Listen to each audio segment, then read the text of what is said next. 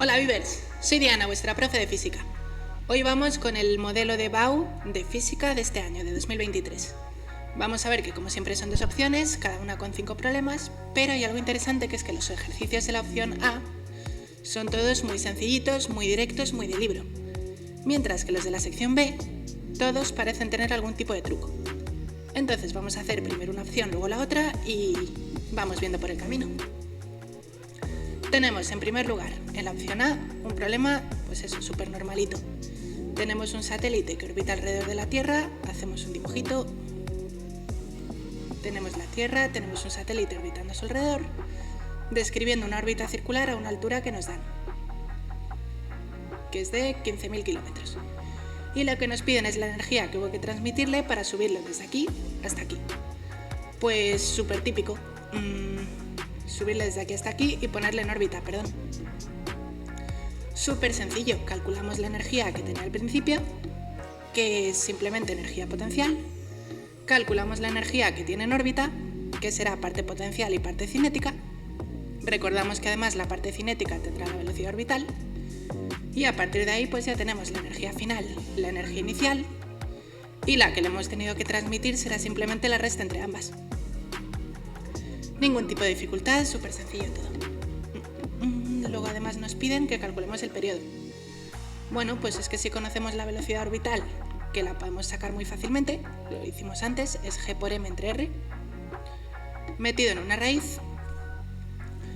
Pues bueno, sabemos que la velocidad se relaciona con el radio y con el periodo como 2πr entre periodo, ¿no? Porque la velocidad es más o menos, sobre todo si es un movimiento sin aceleración lineal, tendremos que la velocidad es distancia entre tiempo. Si el tiempo es un periodo entero, la distancia será una vuelta entera. O sea que tenemos que velocidad es 2πr entre el periodo. Y a partir de ahí ya estaría. ¿Qué nos piden después? Pues esencialmente lo mismo. Si ya lo tenemos metido en esta órbita, ¿cuánta energía habría que suministrarle para que escape de la atracción gravitatoria? Es decir, ¿cuánta energía habrá que darle para que llegue a tener energía cero, que es la energía mínima que necesita algo para poder escapar de la atracción gravitatoria? Entonces nada, la energía final será cero porque ha conseguido escapar. La inicial es la que ya tiene en la órbita y la energía que le aportamos será simplemente la resta entre ambas. Y con eso ya lo tendríamos.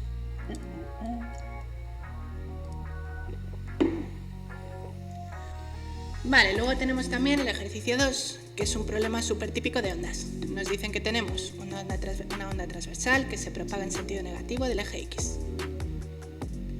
es decir, hacia la izquierda. Con una velocidad dada nos dan unas condiciones iniciales que son que cuando t es igual a 0 y x es igual a 0 la elongación es nula y la velocidad es menos 40pi centímetros por segundo, cuidado con los centímetros, y nos dicen también que la separación entre dos puntos que oscilan en fase es de 50 centímetros. Y con eso quieren que averigüemos la amplitud y la frecuencia de la onda y la expresión matemática, es decir, lo que nos piden siempre. Entonces, ¿qué vamos a hacer? En primer lugar, vamos con este último dato. La separación entre dos puntos que oscilan en fase es de 50 centímetros. ¿Qué significa eso? Que si tenemos nuestra onda y tomamos dos puntos que estén en fase, como por ejemplo este y este, o este de aquí y este de aquí, la distancia va a ser 50 centímetros. Problema, no está claro si se refieren a lo mejor a la distancia entre dos consecutivos, o a lo mejor a esta distancia de aquí, o incluso a esta distancia de aquí. Pero bueno, eso es habitual. Entendemos que se refiere a la distancia mínima si no nos especifican lo contrario. Entonces entendemos que se refieren a que esta distancia de aquí son 50 centímetros. ¿De qué nos están hablando entonces? De la longitud de onda. Sabemos que la longitud de onda son 50 centímetros, es decir, 0,5 metros. No es obligatoria para el apartado A, nos va a hacer falta para el B, pero, o sea, quiero decir, no es obligatoria en el sentido de que no nos la piden, pero sí que la vamos a usar como vamos a ver ahora enseguida. ¿Por qué? Porque nos piden la frecuencia. ¿Y qué sabemos? Sabemos una velocidad y acabamos de sacar una longitud de onda. Con eso lo tenemos ya muy fácil. Si sabemos que la velocidad de propagación, que es 2 metros por segundo, se relaciona con la frecuencia y la longitud de onda mediante esta fórmula, así que podemos despejar muy fácilmente la frecuencia y ya lo tenemos. La frecuencia serán 4 hercios. Aquí hay una errata, que también se puede escribir como segundos a la menos 1. ¿Qué es lo que ha fallado aquí? Vale, entonces, eso en cuanto a la frecuencia ya la tenemos. Lo siguiente es la amplitud. ¿Cómo la podemos calcular? Pues bueno, nos dicen que en el instante inicial y en el origen la elongación es nula y la velocidad vale tanto. Y sabemos que la velocidad de oscilación y la elongación están relacionadas por esta formulita de aquí. ¿Qué conocemos aquí? Conocemos la velocidad, conocemos la elongación en un instante dado y no conocemos omega, pero podemos sacarlo porque omega es 2pi por la frecuencia que la acabamos de calcular. Perdón. Entonces, ¿qué tenemos? Pues si sustituimos todos los datos, tenemos que la frecuencia será 2pi por f, la frecuencia eran 4 segundos a la menos 1, entonces tendremos 8pi radianes en 3 segundos. Sustituyendo todo, sabemos que la amplitud tendrá que ser de 50 centímetros. ¿Por qué? Porque la velocidad eran 40 centímetros por segundo y estos son 8pi.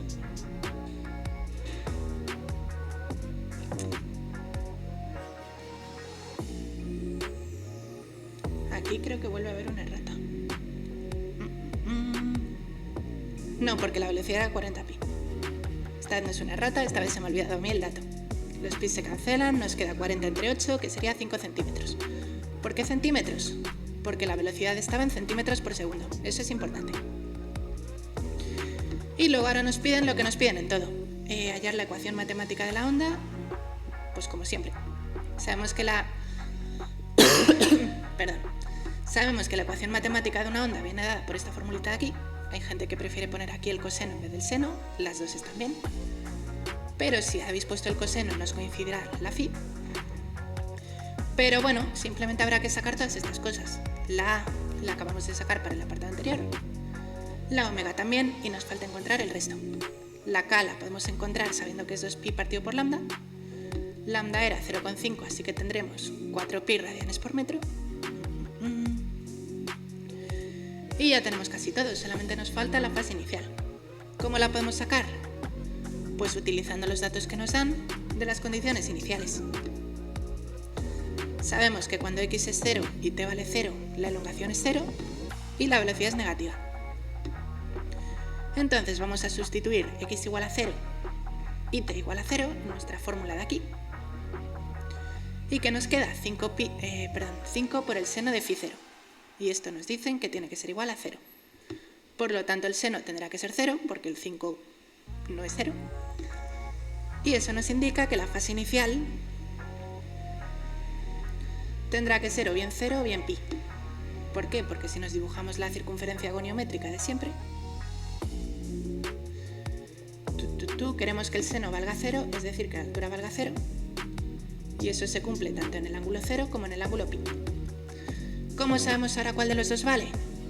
Pues bueno, es que sabemos que la velocidad tiene que ser negativa. Y la velocidad es la derivada de la posición, es decir, se puede calcular por esta formulita de aquí. Si volvemos a sustituir t igual a 0 y x igual a 0, nos queda a por omega por el coseno de phi 0 tiene que ser negativo. Vale, pues es que si meto phi igual a 0 me queda positivo, así que tendrá que ser la otra, phi igual a pi. Y con eso ya tenemos todo. ¿Por qué tenía que ser negativo esto? Porque la velocidad tenía que ser negativa. Y con eso ya lo tenemos también. El 3 es súper sencillito. Nos hablan de una corteza esférica hueca, que puede dar un poco de miedo, pero es que sabéis que es el teorema de Gauss. Y además vais a ver que ni siquiera va a ser aún más fácil. ¿Qué nos piden? Primero el campo eléctrico en 2 puntos. En el punto, nos dicen que la corteza esférica tiene radio 3 centímetros. Y nos piden primero el campo eléctrico en el punto 0,01, 0,01 y 0, que es un punto que estará por aquí dentro, y luego en el punto 230 que estará por aquí fuera. Vale, pues vamos a ver que no hace falta prácticamente nada. Primero, aquí en el interior, sabemos que el campo eléctrico va a ser 0. ¿Por qué? Porque es el interior de una corteza esférica. ¿Que no nos acordamos? Podemos hacer el teorema de Gauss y sacarlo, pero no nos hace falta. ¿Por qué? Porque solamente nos piden el campo eléctrico, no hace falta... Con que digamos por el teorema de Gauss sabemos que va a valer 0, pues ya lo tenemos. No hace falta detallar la demostración, que se puede hacer si queremos, pero eso. Y luego en el punto de fuera, lo mismo. Tampoco tenemos que calcularlo realmente, podemos decir por el teorema de Gauss, sabemos que fuera de una distribución de carga con simetría esférica, como es esta, el campo eléctrico será el mismo que el de una carga puntual. Entonces, el de una carga puntual nos lo sabemos. El módulo es K por Q partido por R cuadrado. Conocemos K, que es una constante, nos la dan aquí. Conocemos el radio, que será, bueno, lo podemos sacar por Pitágoras. Si esto es 2 y esto es 3, podemos sacar el radio por Pitágoras. Y ya está, solamente nos faltaría averiguar la carga, que no nos la dicen, pero nos dicen la densidad de carga superficial, que es esta. Si multiplicamos esto por la superficie de una esfera, ya lo tenemos. ¿Qué es lo que hemos hecho aquí? El primer punto está en el interior de la esfera, así que por el teorema de Gauss no va a haber campo eléctrico. El otro punto está fuera, así que será como el de una carga puntual con carga densidad superficial por superficie, que es sigma por 4pi r cuadrado. Sacamos la distancia por Pitágoras, sustituimos todo y ya lo tenemos. El módulo será esto de aquí. ¿Que no solo queremos el módulo, sino que queremos el vector? Pues bueno, sacamos el vector unitario que se corresponde a esa dirección, es decir,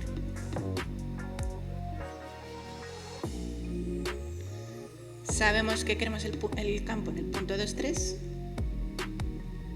que está por aquí, y sabemos que va a ir en esta dirección. Entonces tendremos que sacar un vector unitario que vaya en esta dirección, que es la dirección 2, 3. ¿Cómo lo sacamos? Dividiendo el vector 2, 3 entre su módulo. Y ya está, el campo eléctrico total será el módulo del campo eléctrico por el vector unitario. Ponemos unidades, que son newtons partido por coulombio, y ya lo tenemos. Y luego, en cuanto a la B, nos piden el trabajo necesario, el trabajo realizado por el campo eléctrico para mover una carga de un nanoculombio desde un punto hasta otro. El punto 0,2 que está por aquí hasta el punto 0,2 que está por aquí hasta el punto 3,0. Vale, como sabemos que el campo eléctrico tiende a empujar las cargas, porque en este caso es densidad de carga positiva, así que va para afuera, esperamos que el trabajo sea positivo. Vamos a verlo. Como estamos todo el rato fuera de la esfera, además, el campo eléctrico fuera se comportará igual que el de una carga puntual. Así que nada, el trabajo es menos Q por diferencia de potencial, y el potencial lo podemos calcular como el de una esfera, que es K por Q partido por R. Si sustituimos todos los datos, nos queda este valor de aquí, que vemos que es positivo, como esperábamos. Así que ya lo tenemos. Luego el 4, súper típico de una lente.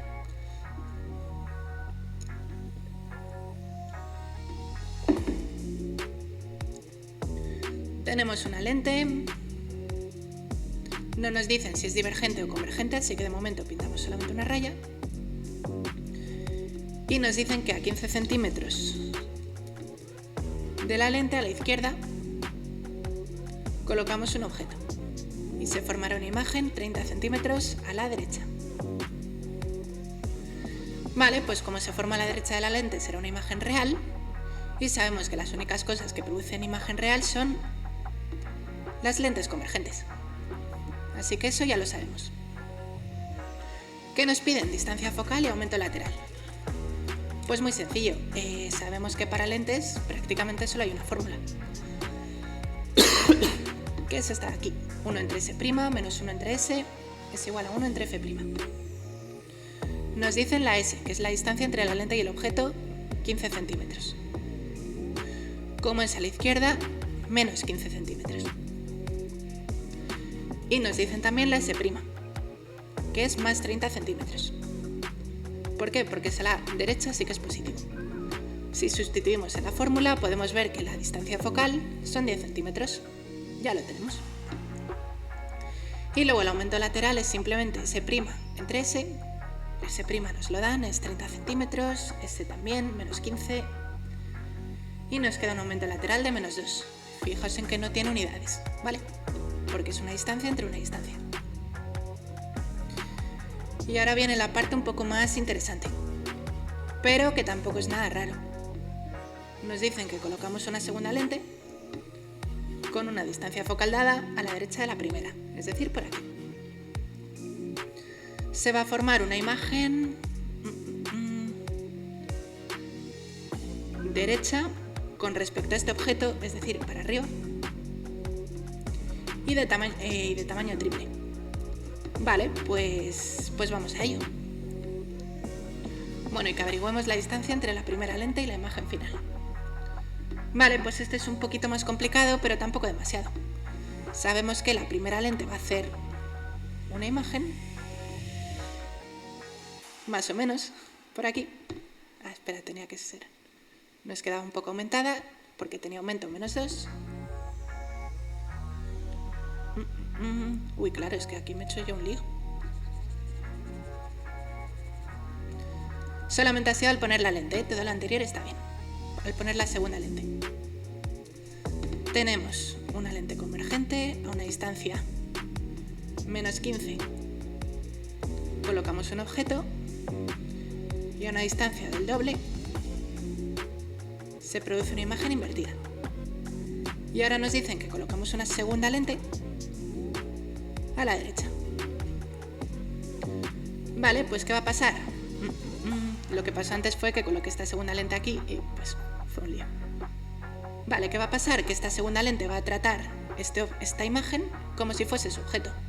Aunque parece que por tener dos lentes va a ser un problema nuevo, tal, no es nada. Es simplemente tratarlo como un problema de una sola lente, actuando sobre la imagen de la anterior. Entonces nada, pues, ¿qué sabemos? Bueno, aquí tenemos el esquema un poquito mejor hecho. Vale. A esta distancia de aquí, que no la conocemos, la hemos llamado S2. Y la imagen se producirá a una distancia S2', que estarán relacionadas entre sí a través de la ley de las lentes de siempre. Y nos dicen que el sistema total de las dos lentes juntas tiene un aumento total de 3 más 3. Como son dos lentes, el aumento total será el producto del aumento de la primera por el aumento de la segunda. Y eso nos dice que 3 tiene que ser igual a el aumento de la primera, que es menos 2, por el aumento de la segunda. Y a partir de aquí, pues sacamos que el aumento de la segunda será menos 3 medios. Y podemos encontrar esta relación entre S2 y S2'. Juntándolo con esta ecuación, podemos resolverlo para averiguar S2 y S2' y sacamos que S2 es menos 20 centímetros. Sacamos también S2' mediante la misma fórmula. Perdón, S2' es 30 centímetros, S2 es menos 20 centímetros. Y la distancia que será, la distancia entre la segunda lente y el objeto, será S' más, entre la primera lente y la imagen, será S' más S2 en valor absoluto. ¿Por qué en valor absoluto? Porque acordaos que es negativa. Queremos que sea positiva para poder sumar distancias. Más S'2. Entonces, sumándolo todo en valor absoluto, nos queda que esta distancia es 80 centímetros. Y un problema más que hemos hecho. Vemos que no tiene ninguna dificultad.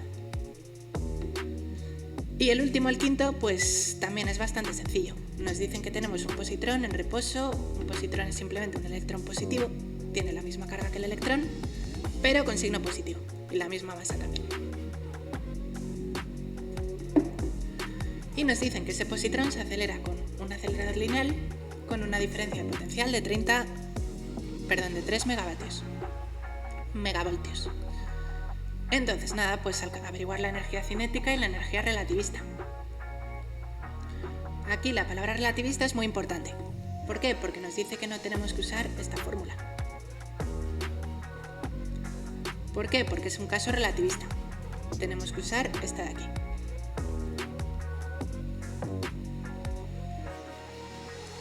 Vale, pues vamos a ello.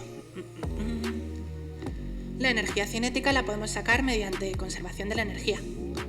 Tenemos un positrón que al principio está en un potencial inicial y después estará en un potencial final. Al principio está en reposo, al final estará con cierta velocidad, pero como lo que le ha acelerado es una fuerza conservativa, la energía aquí y aquí será la misma.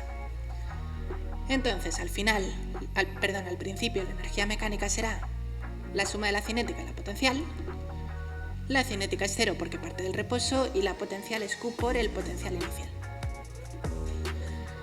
La final, pues misma idea. Tenemos la energía cinética al final, que es lo que queremos averiguar, y la energía potencial al final, que será Q por el potencial al final. Fijaos en que no nos dicen ni el potencial inicial ni el potencial final, pero no nos hacen falta. ¿Por qué? Porque si yo ahora igualo estas dos cosas, la energía inicial y la energía final, despejo la energía cinética y me queda que es Q por VI menos VF. Es decir, no me importa el potencial inicial y el final, sino su diferencia. Y eso sí que me lo están dando. Es 3 por 10 a la 6 voltios. Si sustituimos, sacamos que la energía cinética es 4,8 por 10 a la menos 13 J, julios. Y ya estaría. ¿Qué más nos piden? Pues bueno, eso era para la energía cinética. Y ahora vamos con la relativista. La energía relativista es m por c cuadrado, o lo que es lo mismo, gamma por m0 por c cuadrado. Vale, pues ¿cómo podemos hacer esto? Bueno, esto también se puede escribir como, si utilizamos esta formulita de aquí, energía cinética más m0 c cuadrado, que es esto que tenemos aquí. Y nada, la energía cinética la acabamos de calcular. M0 nos lo dan, es la masa en reposo del positrón.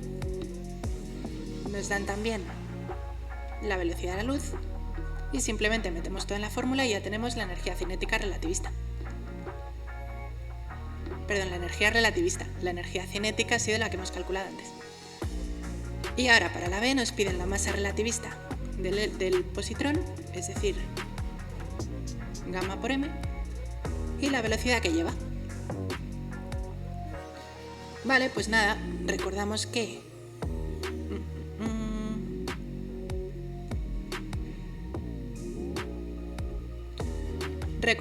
la masa es gamma por m0.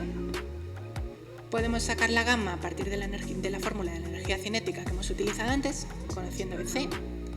m0 partido por c cuadrado, pasamos esto dividiendo, pasamos el 1 sumando y nos queda esta fórmula de aquí. Si sustituimos, tendremos energía cinética entre m0 por c cuadrado más 1, que nos da 6,86, sin unidades porque es el factor de Lorentz. Y con eso ya lo tenemos también. Para sacar la masa relativista multiplicamos la masa en reposo por gamma, que es algo que nos ha puesto aquí. Pero bueno, sería 6,86 por la masa del positrón, que es 9,1 por 10 a la menos 31. Y con eso ya lo tendríamos. Nos daría más o menos 50 y tantos por 10 a la menos 31. Entre 50 y tantos y 100. Vale, y eso sería todo. Y luego la velocidad la podemos sacar a partir de la fórmula de gamma, que era esta de aquí.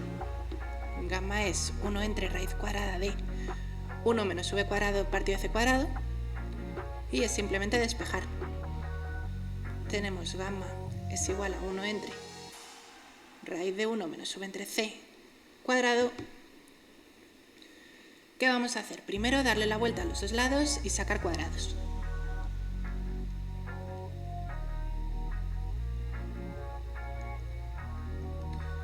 El cuadrado nos ha quitado aquí la raíz y aquí se nos ha puesto así.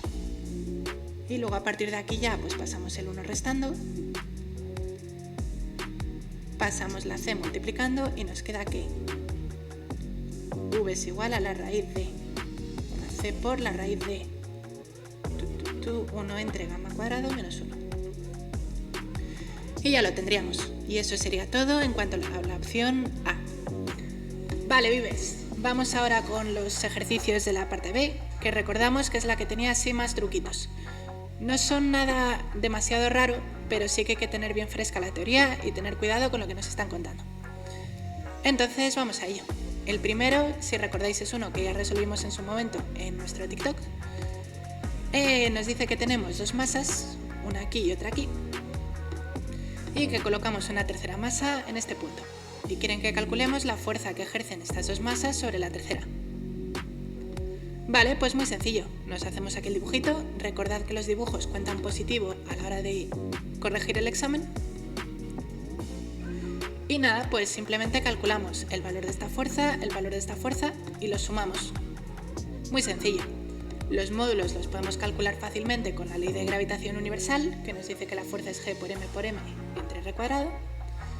Y si sustituimos los datos, sacamos que esta fuerza de aquí, que tiene esta masa y esta otra, valdrá 6,67 por 10 a la menos 10 newtons, y la otra es 5 por 10 a la menos 9 newtons.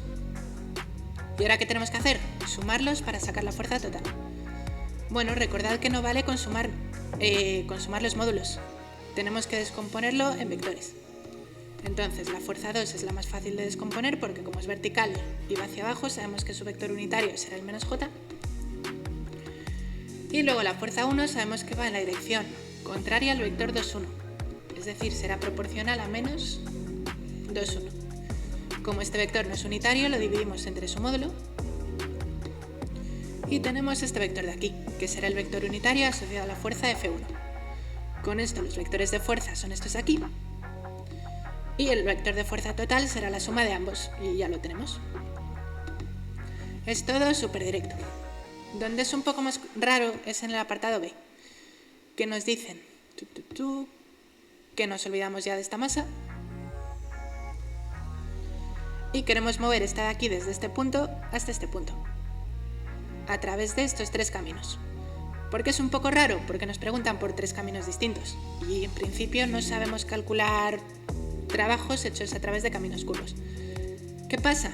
Que bueno, que la gravedad es una fuerza conservativa, entonces el trabajo realizado a través de distintos caminos será el mismo siempre y cuando empiecen y terminen en el mismo punto. Entonces, en este caso concreto, como es una fuerza conservativa, pues el trabajo sabemos que será simplemente el cambio de energía potencial.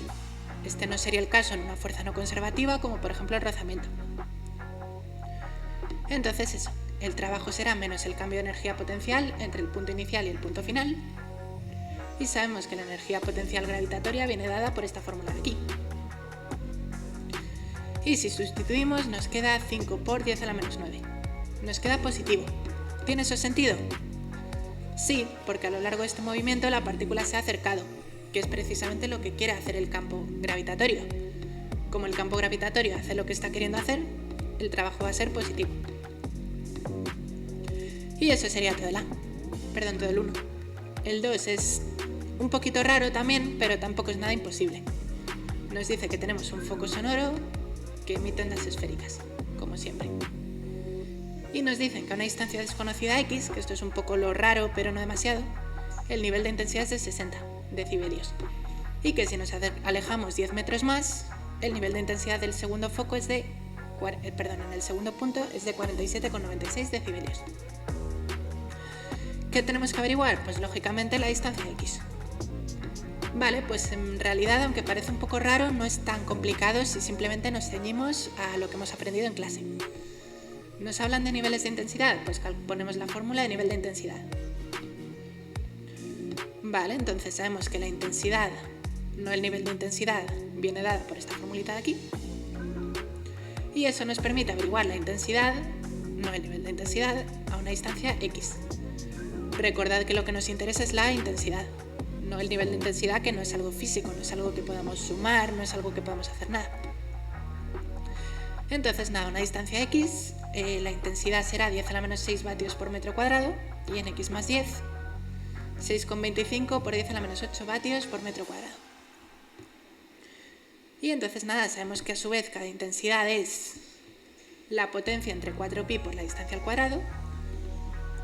Y tenemos un sistema de dos ecuaciones y dos incógnitas. La primera es que esta intensidad tiene que ser igual a p partido de 4pi entre x cuadrado. Y la segunda intensidad pues igual pero con x más 10 al cuadrado. ¿Cómo podemos resolver este sistema? Pues bueno, como lo que nos interesa es x, podemos dividir una ecuación entre la otra, llegamos a esto de aquí, y despejando la x sin ningún tipo de problema o de dificultad llegamos a 10 entre 3 metros. Y ya lo tenemos. Para el apartado B, lo que tenemos que hacer es averiguar la potencia con la que emite el foco. Vale, pues es que antes teníamos dos ecuaciones, dos incógnitas, que eran la potencia y la distancia, y ahora conocemos la distancia, así que si sustituimos, sacamos la potencia, que nos queda 1,39 por 10 a la menos 4 vatios. Y ya estaría, eso es todo el apartado B2. El B3, pues bueno, tenemos un hilo rectilíneo infinito situado en el eje X, que lo hemos dibujado por aquí. Y otro que pasa por aquí, por el punto 0, menos 2, 0.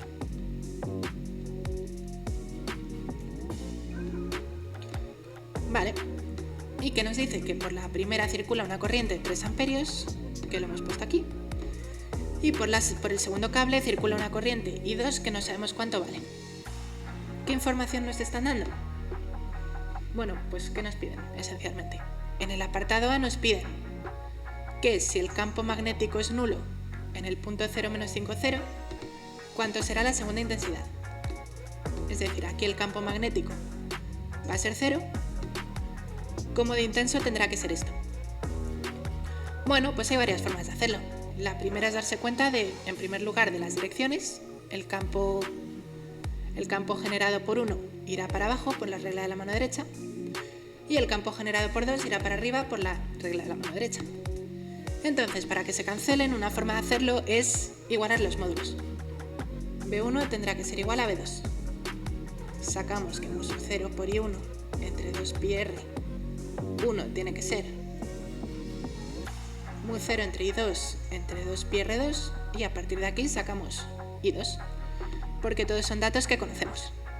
Otra forma de hacerlo, igual un poco más bonita, es la que hemos hecho aquí. Hemos calculado el campo B1 en forma vectorial, hemos calculado el campo B2 en forma vectorial en función de su intensidad y hemos dicho, vale, la suma vectorial de ambos campos tendrá que dar 0. Entonces, si los sumamos, la suma tendrá que ser 0 y a partir de aquí despejamos la I2. Y ya está, que al final es esencialmente el mismo cálculo, pero hecho de forma un poco más bonita. Y luego, ¿qué nos piden después? Que si un electrón pasa por el punto 0,20 con una velocidad dada, que calculemos qué fuerza experimentará.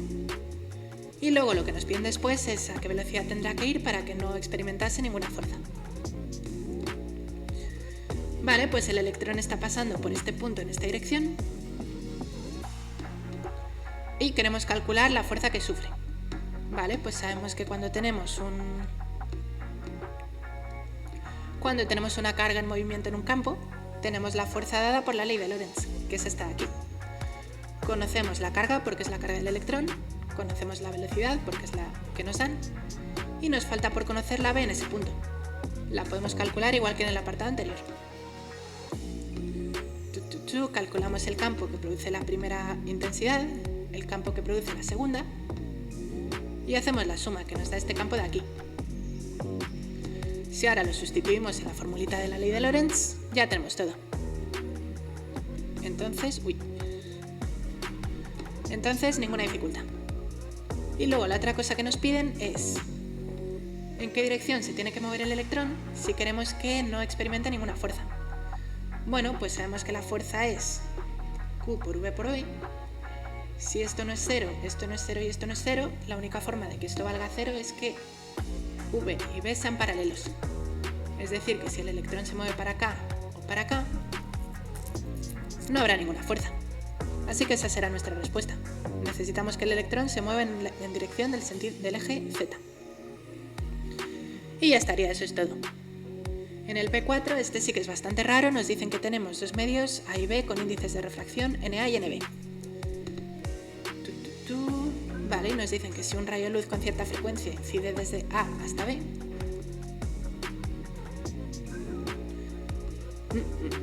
se refleja totalmente, es decir, se produce el fenómeno de reflexión total cuando este ángulo es de 49,88 o más, es decir, nos están dando un ángulo límite. Vale. Y luego a continuación nos dicen la relación entre la velocidad de la luz en este medio y en este otro. ¿Qué vamos a hacer? Pues bueno, si no lo tenemos muy claro, simplemente sustituimos en fórmulas que conozcamos. Conocemos la ley de Snell, que nos dice que NA por el seno del ángulo límite será NB por el seno de 90, en este caso, que tenemos reflexión total.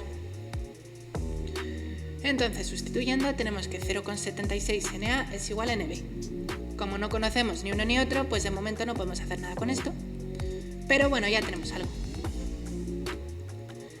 En segundo lugar, sabemos que podemos relacionar las velocidades, que es un dato que nos dan, con la velocidad de la luz y los índices de refracción, mediante esta fórmula.